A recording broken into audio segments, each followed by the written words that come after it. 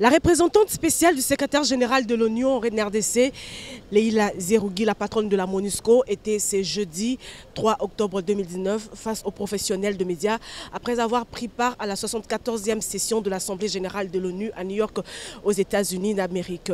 De retour dans la capitale Kinshasa, la patronne de la MONUSCO a fait le compte-rendu de sa mission sur place aux États-Unis d'Amérique.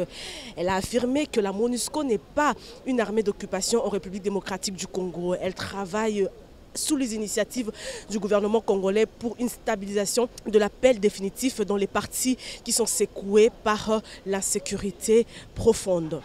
La MONUSCO, elle, n'a pas l'intention de rester définitivement sur le territoire RD congolais. D'ailleurs, au moment où elle a parlé, la MONUSCO n'est présente que dans 6 provinces sur le 26 que compte la République démocratique du Congo.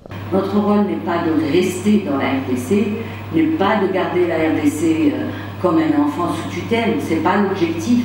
L'objectif, c'est quand on quitte un endroit, on ne revient pas. Ayant pris part active aux travaux de la 74e session de l'Assemblée générale de l'ONU à New York, Leila Zerougui, la diplomate onusienne, pense que la République démocratique du Congo est sur le bon chemin. Et les investisseurs du monde entier sont appelés à venir apporter leur soutien, leur contribution pour le développement de ces beaux pays situés au cœur de l'Afrique centrale.